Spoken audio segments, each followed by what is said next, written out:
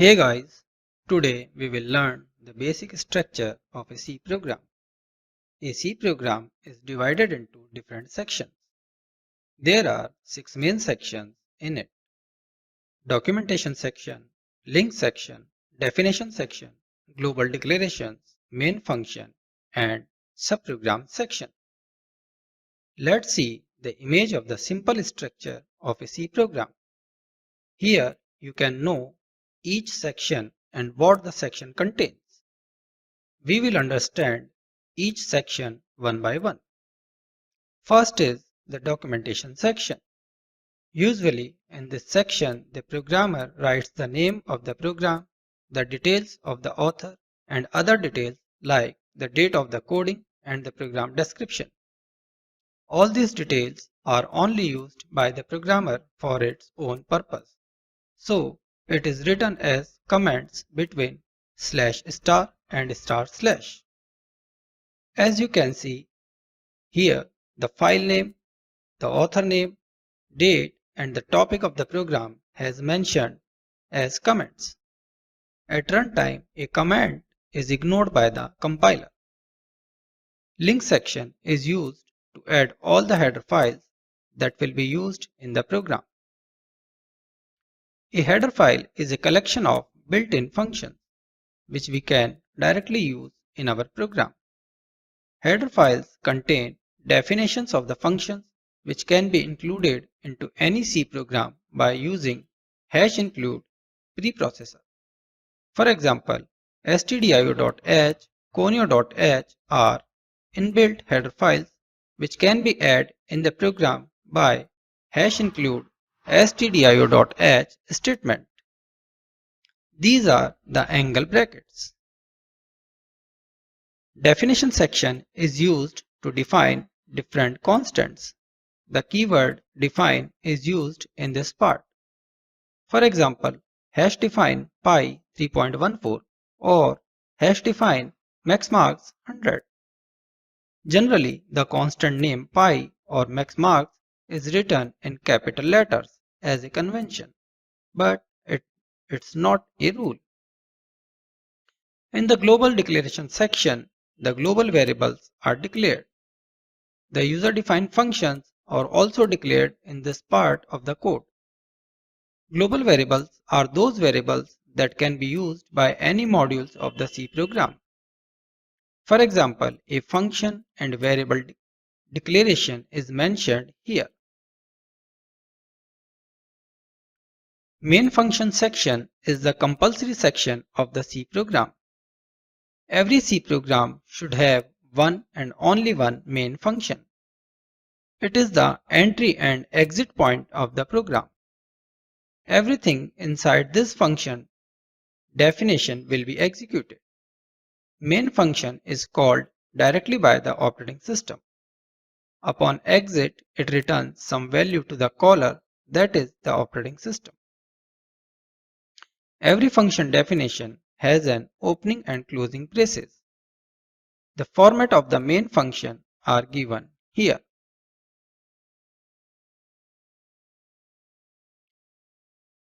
Subprogram section is the last section. All the definitions of the user-defined functions are written here. As an example, cube is the function name and it takes a single argument of the type integer from the calling function. It also returns a long integer value to the calling function, just like we defined the main function in the previous section. Finally, some rules should be remembered. Every program in C must have a main function. Every statement in C must end with a semicolon. C is a case-sensitive language, so all C instructions must be written in a lowercase letter. Use of opening and closing braces is essential for block statements like looping, branching, and functions. To use predefined functions provided by the C language, header files must be included. Hey guys, this is the first part of the programming series. In this part, we will understand the programming from the scratch so you guys will get a better understanding of the C language. First, we will need to know how a C program is written, compiled and run. A full overview of the compilation process is explained step by step. C is a middle-level language, and it needs a compiler to convert the program written in C into an executable code so that the program can be run on our machine. The compiler checks the source code for the syntactical or structural errors, and if the source code is error-free, then it generates the object code or machine code. There are 4 stages for a C program to become an executable: preprocessing, compilation, assembly, and linking.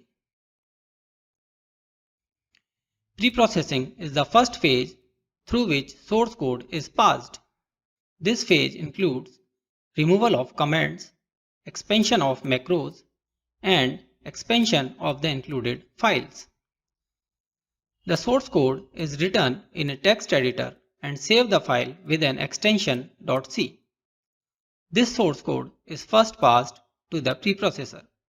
The preprocessor expands this code by removing all the comments, replacing the header files like stdio.h, conio.h with their contents, and expanding the macros. The resultant expanded code is passed for the compilation, which is the second stage.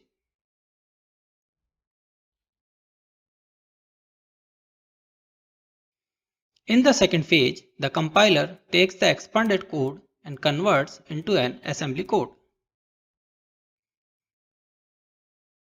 In the third phase, the assembler converts the assembly code into an object code or machine code or compiled code. The name of the object file generated by the assembler is the same as the source file, but the extension of the file in DOS is .obj and in Unix the extension is .o. For example, if the name of the source file is hello.c, then the name of the object file would be hello.obj or hello.o. Linking is the last and final phase. Generally, all the programs written in C use the library functions. These library functions are precompiled and the object code of these library files is stored in the files with .lib or .a extension. The main working of the linker is to combine the object code of library files with the object code of our program. Sometimes the situation arises when our program refers to the functions defined in other files. Then linker plays a very important role in this. It links the object code of these files to our program. Therefore, we conclude that the task of the linker is to link the object code of our program with the object code of the library files and other files. For example, if we are using printf function in a program, then the linker adds its associated code in an output file. The output of the linker is the executable file. The name of the executable file is the same as the source file but differs only in their extensions. In DOS, the extension of the executable file is .exe, and in Unix, the executable file can be named as a.out. Let's see the image.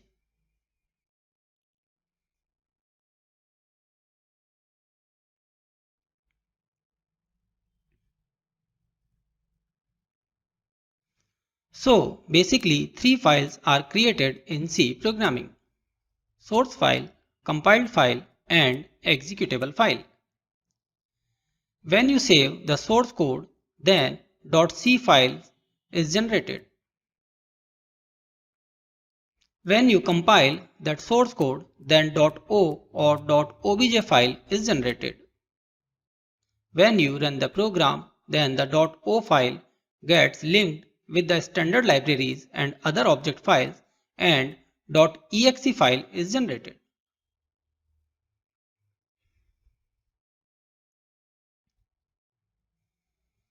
In Turbo C++ software, For compiling the program, Alt plus F9, and to run the program, Control plus F9 shortcut keys are used. These shortcut keys may be different in other C IDE. We can also use VS Code or code blocks or any other supported IDE for creating and debugging the C programs.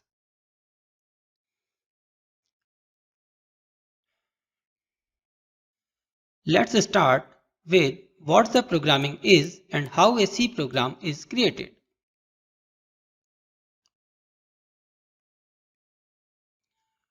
It is a very basic first C program that displays a message C programming onto the screen.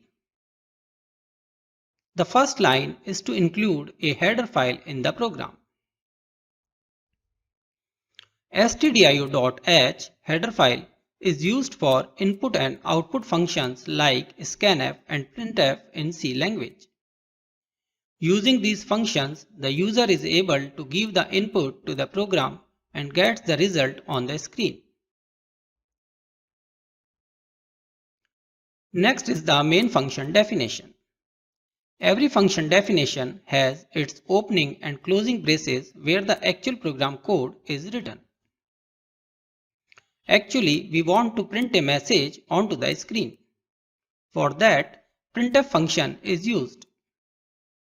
A message is a group of characters or a string, so it is written within double quotes. The last statement must be the return statement and it returns an integer value 0 to the operating system.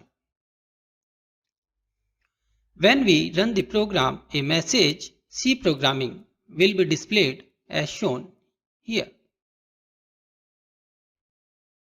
Let's review before the programming starts. Main is the entry point of the execution. It is invoked by the operating system. Upon exit, the main returns a value to the operating system that indicates how the program exited. If the program execution was normal, a value 0 is returned. Abnormal terminations like errors, invalid inputs, or segmentation faults is usually indicated by a non-zero return. Main function returns integer value by default. Return 0 statement returns the value 0 to the operating system. This statement must be the last statement in the main function. If we specified return type as void, then no need to write return 0 at the end.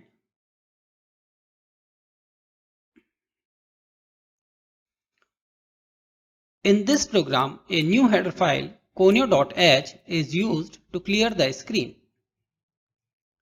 Every time we run the program, we need that the old displayed results cleared. CLR SCR function is used for and known as clear the screen function. So, first the screen will be cleared and then the message is displayed on the screen.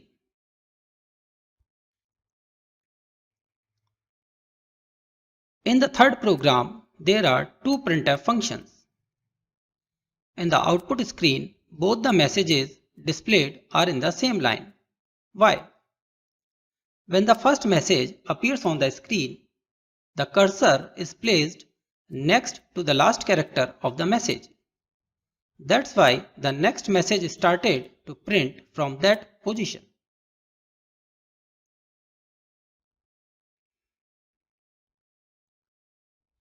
In this program, a little difference is that the both strings are displayed in different line due to the new line character /n. This character puts the cursor on the next line.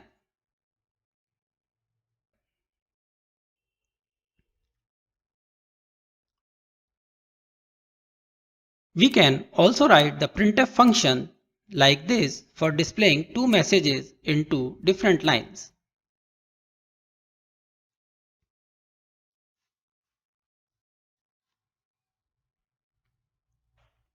If we want to print the messages in a line with some preset spaces rather than different lines, /t can be used, which is nothing but a tab key.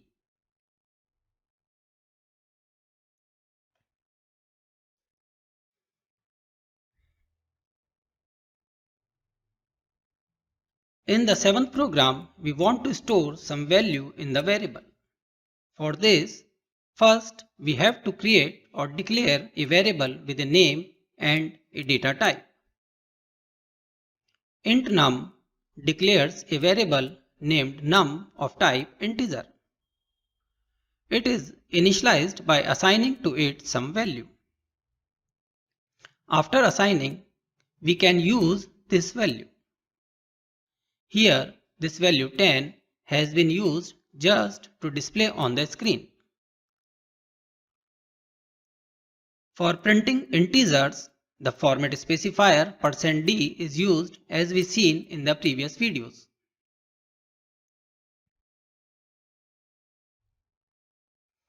This program is the same as the previous one, but with one difference, that the relevant message is also displayed on the screen with the value.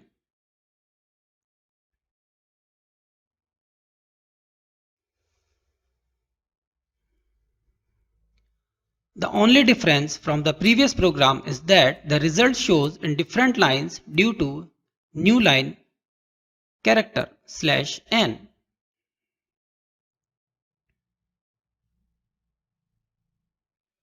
In float data type, we can store real values or floating point values like 45.78 in a variable, and the format specifier will be %f.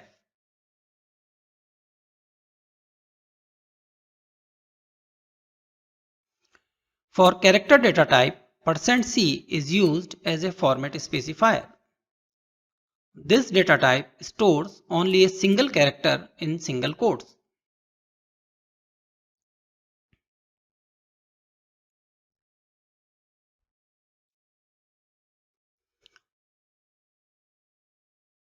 In this program, two variables of integer data type is created and then assigned the values. We can add and print the sum in a single printf statement.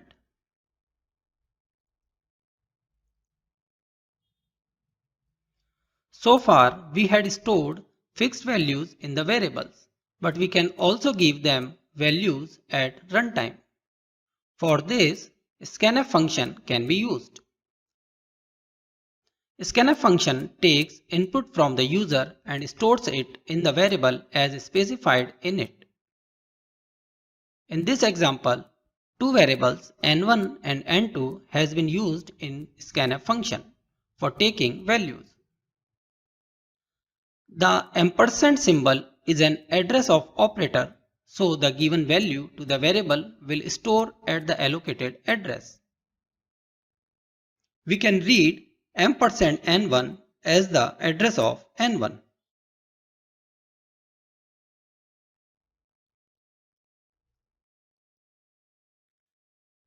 This is the same program as the previous, but suitable message is displayed.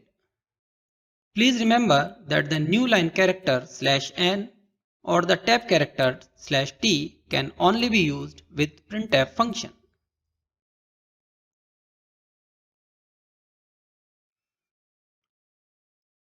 In this program, uses of the relational operators are shown. In C language, false means 0 and true means 1 or any non-zero value. Relational operators are used for comparisons which give the result either as true or false. So, in these different comparisons, the result will be 1 or 0.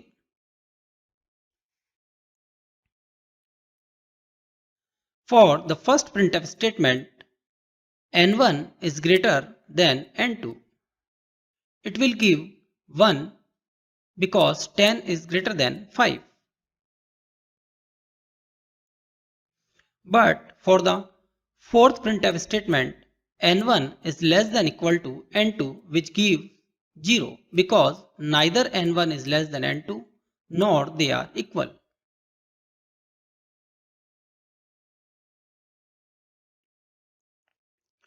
Now understand increment and decrement operators. Plus plus or minus minus are increment and decrement operator that increases or decreases the value by 1. So if the value of n1 is 15, then after n1 plus plus the value of n1 will be 16.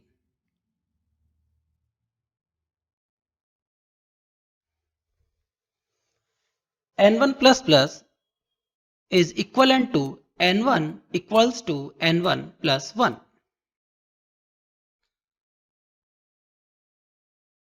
Just like that, if n1 is 8, then after n1 minus minus it will be 7. n1 minus minus is equivalent to n1 equals to n1 minus 1.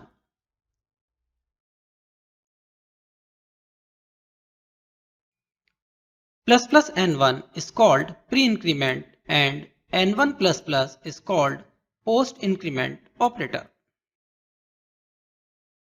So if we assign this expression in a variable num, the value of that variable differs. For example, num equals to n1 plus plus. It is equals to num equals to n1 and then n1 equals to n1 plus 1. So if n1 equals to 9, then after the execution of but num equals to plus plus n1 is equals to n1 equals to n1 plus 1 and then num equals to n1. So if n1 equals to 9, then after the execution of num equals to plus plus, we can see that in both cases the value of the variable num differs.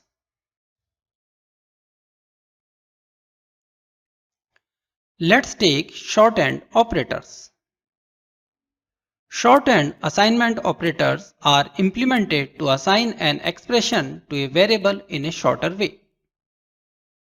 Here are some of the shorthand assignment operators.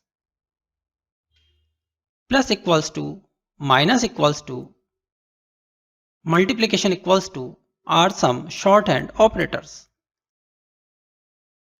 You can watch the previous video of operators in C for the complete details. For example, take an expression n1 plus equals to a minus 5. In this expression, plus equals to is a shorthand operator. This expression is equivalent to n1 equals to n1 plus a minus 5. Take another example. n1 multiply equals to a plus 5. This expression is equals to n1 equals to n1 multiply a plus 5.